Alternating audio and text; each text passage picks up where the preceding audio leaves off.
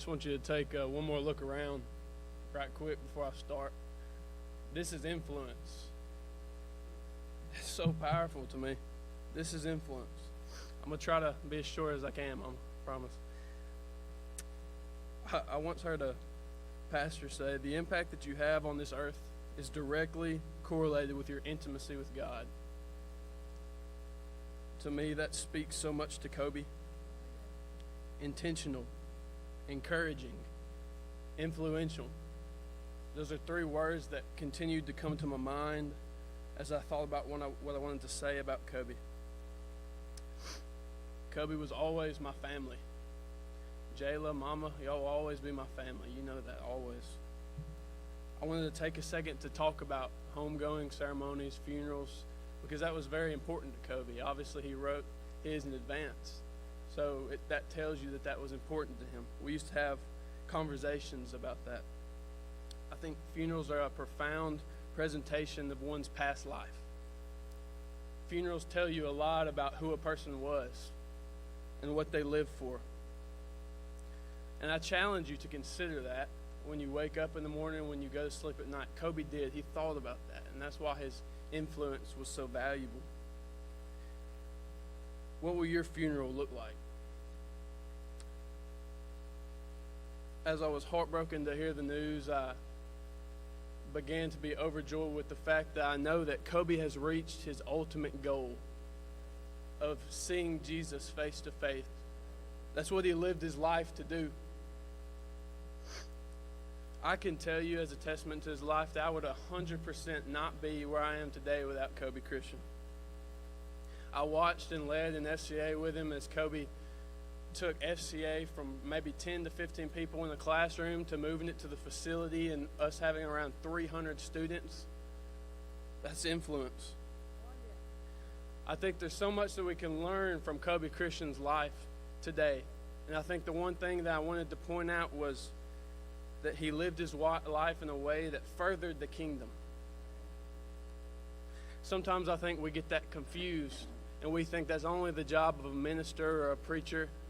No, that's your job. That's your purpose. You have one purpose, and that's to be so filled with Jesus and walk with him every day of your life in a way that you can't shut up about it. I think Kobe would be upset if I just got up here, though, and talked about him, which speaks a lot to his character. So I want to take just a short moment to tell you that there's a God who loves you dearly. There's a God that wants a relationship with every single person in this room. And he died for you, and he suffered for you, and he rose again. And in an urgent way, I tell you, he's coming back soon. Kobe saw a shy little 8th grade boy who had just come from homeschool, being in homeschool and coming to the middle school, and he called a leader out of me. I would not be who I am today without him.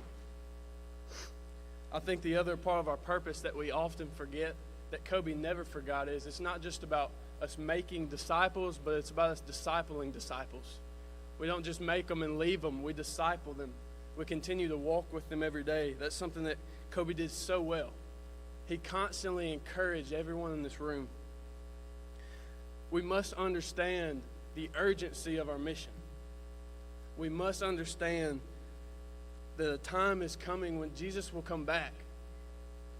This is urgent. Get out of being comfortable. Stop sleeping on your pillow in life and go out and get uncomfortable. Share the gospel with people. We're living in a time that needs Jesus. Such a broken world, such a broken town. And that's your purpose, is to give Jesus to the broken. Kobe was a prime example that we can't just sit inside the walls of the church and hope that maybe people will come to the church. No, he lived outside of the church. I encourage you, church, as I close, I encourage you to rise up. Stand up on your feet. Be bold.